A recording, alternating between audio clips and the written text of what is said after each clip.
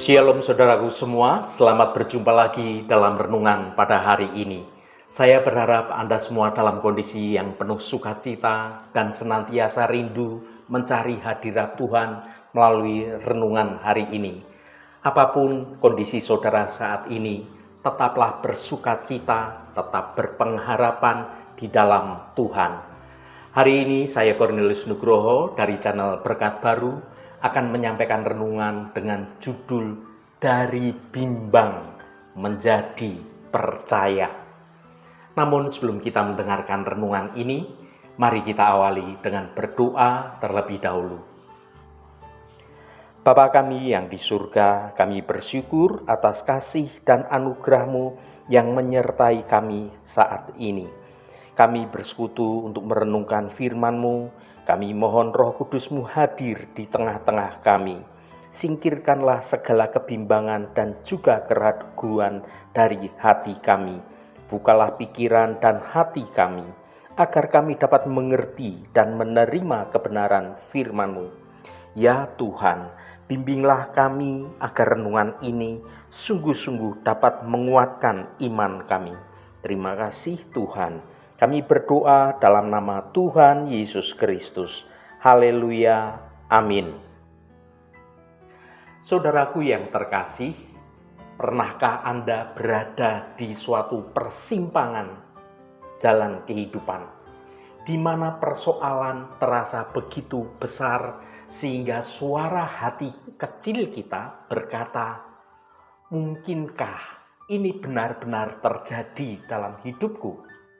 Mungkinkah Tuhan sanggup menolong aku melepaskan dari persoalan yang berat ini? Itulah yang kita sebut dengan kebimbangan. Sebuah kondisi hati yang sedang terombang-ambing antara janji Tuhan dan realitas kehidupan yang kita rasakan dan kita lihat dengan mata kepala kita sendiri. Kita seringkali berfokus pada seberapa besar mukjizat yang kita butuhkan. Padahal kuncinya terletak pada seberapa utuh dan tidak terbagi hati kita di hadapan Tuhan. Alkitab mengajarkan bahwa hati yang mendua tidak akan menerima apa-apa dari Tuhan. Mengapa hati yang mendua tidak menerima apa-apa? Karena hati yang mendua itu adalah hati yang bimbang. Ibarat kapal yang berlayar di tengah badai, di tengah laut tanpa ada jangkar. Kapal itu terus terombang-ambing, didorong oleh gelombang keraguan. Melalui renungan kita hari ini, mari kita bersama-sama belajar untuk memindahkan jangkar kehidupan kita, supaya iman kita tetap berdiri dengan teguh, tidak tergoyahkan oleh situasi duniawi kepada sesuatu hal pegangan yang kuat, yaitu janji-janji Tuhan. Kita akan melihat bagaimana kondisi hati yang tidak bimbang, yang benar-benar percaya, tanpa ada lagi kata-kata seandainya atau tetapi. Hal ini adalah jalur bebas hambatan bagi kuasa Tuhan untuk dapat bekerja dan bagi mukjizat Tuhan terjadi dalam hidup kita. Mari kita siapkan hati kita untuk menerima kebenaran firman Tuhan. Mari kita baca Markus pasal 11 ayat 23. Aku berkata kepadamu, sesungguhnya barang siapa berkata kepada gunung ini, beranjaklah dan tercampaklah ke dalam laut, asal tidak bimbang hatinya, tetapi percaya bahwa apa yang dikatakannya itu akan terjadi, maka hal itu akan terjadi baginya.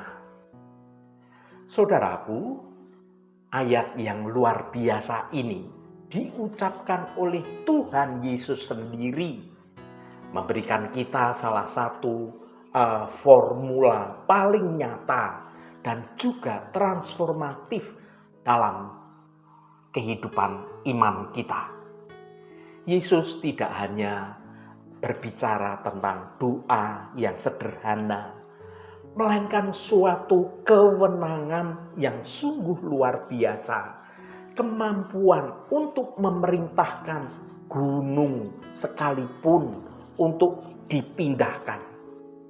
Dan itu akan terjadi. Namun, kunci dari semua ini bukanlah kekuatan kata-kata kita, melainkan terpaku pada kondisi hati kita. Asal tidak bimbang hatinya, tetapi percaya. Mengapa gunung menjadi perumpamaan dalam firman Tuhan ini? Ketika Yesus berbicara tentang gunung, Yesus tidak hanya merujuk pada formasi geologi yang besar. Dalam konteks Alkitab, gunung sering melambangkan rintangan, kesulitan besar, tantangan yang tampaknya mustahil untuk dapat diatasi, atau bahkan masalah yang bersifat rohani dan emosional yang telah lama mengakar dalam hidup kita. Pikirkan tentang gunung dalam hidup Anda saat ini.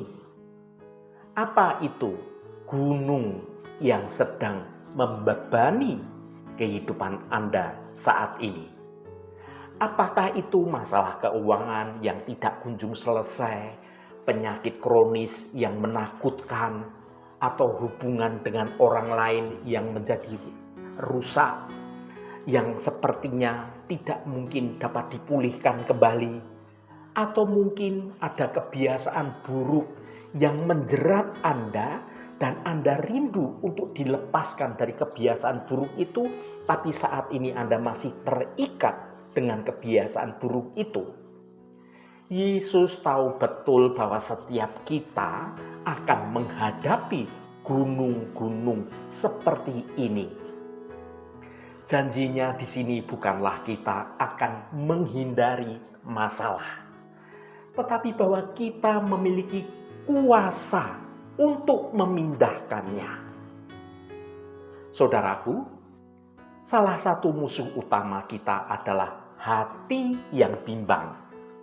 Inti dari ayat ini terletak pada dua kata kerja yang kontras, yaitu bimbang dan percaya. Kata Yunani untuk bimbang di sini adalah diakrino, yang berarti mempertanyakan, meragukan, atau berselisih dalam diri kita sendiri. Hati yang bimbang adalah hati yang terbagi dua. Ia melihat janji Tuhan di satu sisi, dan ia melihat realitas masalah hidup di sisi yang lain. Dan tidak bisa memutuskan mana yang lebih meyakinkan untuk dia menjalani kehidupan dalam langkah yang dia yakini. Hati yang bimbang adalah seperti perahu yang terombang-ambing oleh derasnya arus air kehidupan yang berlawanan, tanpa arah, dan akhirnya tidak mencapai kemanapun. Dia hanya berputar-putar dalam gelombang kehidupan itu. Bimbang itu adalah musuh dari mukjizat. Mengapa? Karena yang pertama, bimbang meredam wewenang. Jika kita berkata, penyakit ini harus hilang, tetapi dalam hati, dalam pikiran kita berkata, mustahil, dokter bilang bahwa penyakit ini tidak bisa disembuhkan. Maka suara keraguan itu akan membatalkan otoritas iman yang kita ucapkan supaya kita sembuh dari penyakit itu. Kita menjadi seperti dalam kitab Yakobus pasal 1 ayat 6-7, saudara dapat baca,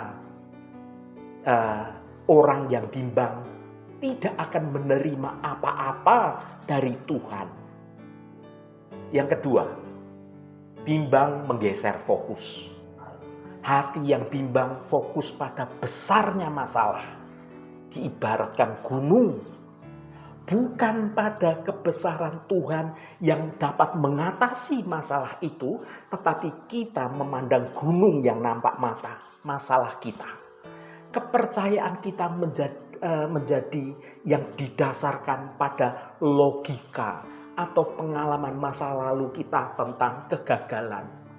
Alih-alih kita percaya pada firman Tuhan yang tidak pernah gagal, kita melihat gunung masalah yang kita hadapi.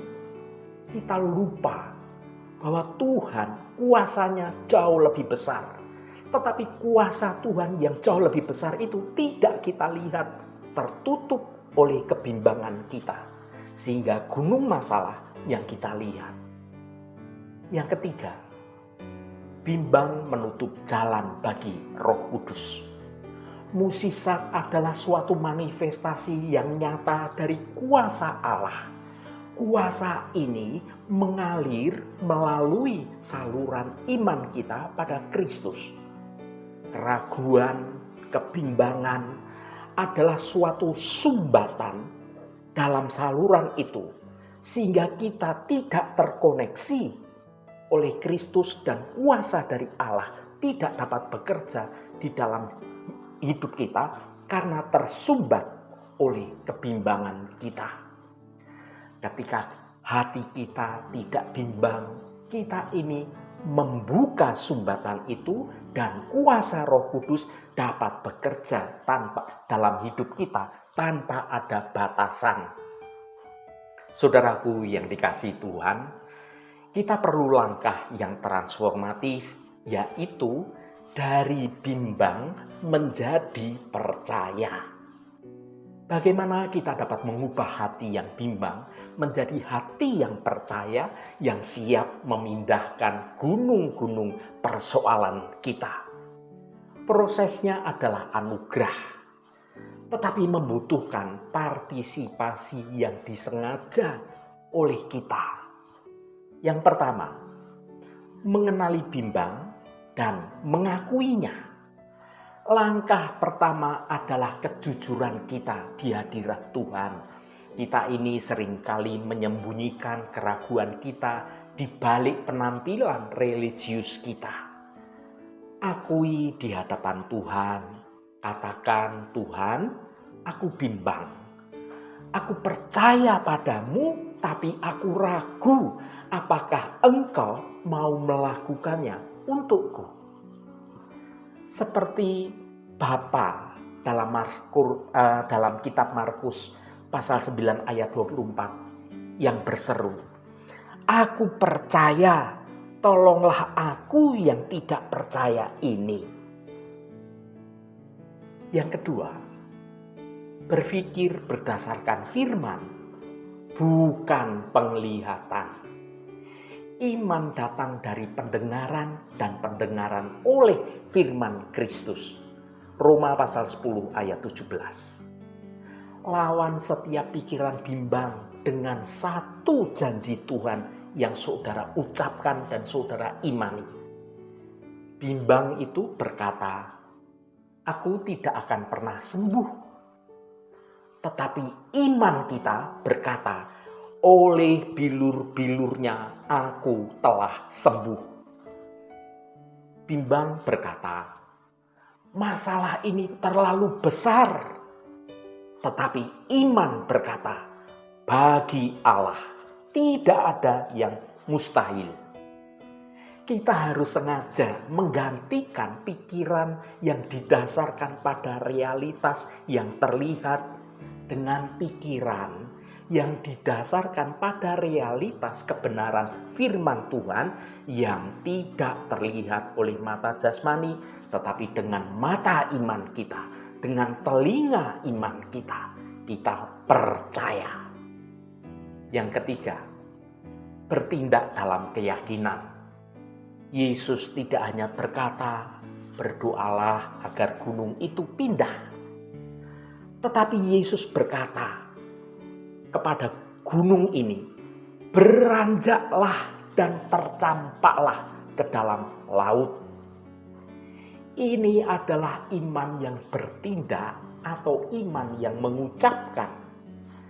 Setelah Anda dapat mengatasi keraguan dalam hati Anda harus mengubahnya menjadi suatu perintah yang penuh otoritas di dalam Kristus Yesus. Perintah ini bukan ditujukan kepada Tuhan, karena Tuhan sudah berjanji pada kita, melainkan kepada masalah itu sendiri. Saudara perintahkan, Anda memerintahkan masalah yang sedang Anda hadapi untuk diubah. Dan itu diucapkan dengan otoritas, dengan iman yang penuh kepada firman Tuhan. Itu adalah tindakan rohani yang mengatakan, "Aku berdiri di atas janjimu, dan dalam nama Yesus Kristus, aku menyatakan janjimu tergenapi atas hidupku." Saudaraku yang diberkati Tuhan, mukjizat bukanlah hadiah yang acak. Seringkali itu adalah suatu respon ilahi terhadap hati yang fokus, yang terpusat pada Kristus Yesus. Hati yang tidak bimbang adalah hati yang tunggal. Hati yang telah membuat suatu keputusan definitif bahwa Tuhan itu benar. Firman-Nya itu dapat dipercaya. Dan bahwa janji-janji Tuhan itu lebih besar dari segala persoalan, dari segala kesulitan apapun yang ada di hadapan kita. Tidak peduli seberapa besar gunung yang sedang Anda hadapi saat ini. Ambillah otoritas yang dari Tuhan, yang sudah Tuhan berikan melalui Yesus Kristus. Tenangkan hati Anda dari segala kebimbangan, genggam erat janji-janji Tuhan, dan dengan keyakinan yang penuh berkatalah pada gunung persoalanmu, "Pergi dan diubah menjadi kemenangan atas hidupmu." Tindakan iman dan ketidakbimbangan hati Anda adalah suatu kunci yang akan membuka kuasa Allah terjadi dalam hidupmu, sehingga gunung persoalan yang Anda perintahkan itu benar-benar tercampak ke dalam laut kehidupan dunia ini, dan engkau dibebaskan dari segala persoalan yang menekan itu. Engkau memiliki kehidupan yang berkemenangan di dalam Tuhan sebagai anak-anak Tuhan. Dari bimbang menjadi percaya, itulah janji Kristus bagi kita. Haleluya, Tuhan memberkati kita semua. Mari kita tutup renungan ini dengan berdoa. Bapa di surga, kami datang menghadap-Mu dengan hati yang ingin percaya sepenuhnya. Kami sadar bahwa seringkali hati kami mudah menjadi bimbang dan menjadi ragu-ragu. Kami melihat gunung-gunung masalah di depan kami, dan bukannya kami percaya, kami malah membiarkan keraguan menguasai hati kami. Firman-Mu hari ini mengingatkan kami bahwa kunci untuk melihat mukjizat adalah dengan tidak membiarkan hati kami menjadi bimbang. Ajari kami ya Tuhan untuk benar-benar mempercayai setiap janji-Mu. Tolong kami agar berani berkata-kata dalam iman dan dengan yakin bahwa apa yang kami katakan itu akan terjadi sesuai dengan kehendak-Mu. Jauhkanlah rasa khawatir dan segala keraguan. Penuhi hati kami dengan damai sejahtera dan keyakinan bahwa Engkau sanggup melakukan perkara yang besar. Terima kasih Tuhan. Tuhan Allah Bapa kami, berkati setiap mereka yang saat ini selalu setia mencari hadirat Engkau. apapun pergumulan dan persoalan dari saudara-saudara kami. Pada kesempatan ini kami percaya dengan segenap iman kami, di dalam nama Tuhan Yesus Kristus ada jalan keluar. Yang mengalami masalah dalam hal keuangan, soal sakit penyakit, yang mengalami masalah dalam hal pekerjaan, apapun masalahnya, Tuhan turut bekerja mendatangkan kebaikan bagi kami semua. Berkati mereka yang sekolah, yang kuliah, yang bekerja, yang berdagang, dan melakukan usaha-usaha lainnya dimanapun mereka berada. Tuhan akan berkati dan Tuhan jadikan mereka berhasil. Bagi mereka yang saat ini sedang terbaring sakit, baik yang sedang beristirahat di rumah atau menjalani perawatan di rumah sakit, Engkau akan menjamah dan memberi kesembuhan dalam nama Tuhan Yesus Kristus. Berkati mereka yang hari ini berulang tahun Tuhan, Engkau tambahkan 1 tahun lagi. Terima kasih buat anugerah-Mu, umur panjang di tangan kanan dan kekayaan serta hormat di tangan kiri. Berkat Tuhan mengalir bagi setiap mereka yang hari ini berulang tahun. Juga bagi setiap kami Tuhan, kami percaya berkat-berkat-Mu tersedia bagi kami semua. Terima kasih Tuhan. Segala hormat, pujian, dan ucapan syukur hanya bagi nama Engkau Allah yang kudus. Saudaraku, mari kita berdoa Bapa kami. Bapa kami yang di surga, dikuduskanlah nama-Mu, datanglah kerajaan-Mu, jadilah kehendak-Mu di bumi seperti di surga. Berikanlah kami pada hari ini makanan kami yang secukupnya, dan ampunilah kami akan kesalahan kami, seperti kami juga mengampuni orang yang bersalah kepada kami. Dan janganlah membawa kami ke dalam pencobaan, tetapi lepaskanlah kami daripada yang jahat, karena Engkaulah yang empunya kerajaan dan kuasa dan kemuliaan sampai selama-lamanya. Amin. Saudaraku, bukalah hatimu dan tengadahkan tanganmu. Terimalah berkat Tuhan. Tuhan memberkati engkau dan melindungi engkau. Tuhan menyinari engkau dengan wajah-Nya dan memberikan kasih karunia. Tuhan menghadapkan wajah-Nya kepadamu dan memberikan damai sejahtera. Berkat anugerah dari Bapa Surgawi, cinta kasih karunia dari Tuhan Yesus Kristus, dalam persekutuan dan penghiburan Roh Kudus, menyertai kita semua sekarang ini dan sampai selama-lamanya. Dalam berkat Tuhan Yesus Kristus, haleluya, amin. Puji Tuhan, saudaraku semua, saya percaya firman Tuhan hari ini sudah menjadi berkat yang akan menuntun hidup kita semua.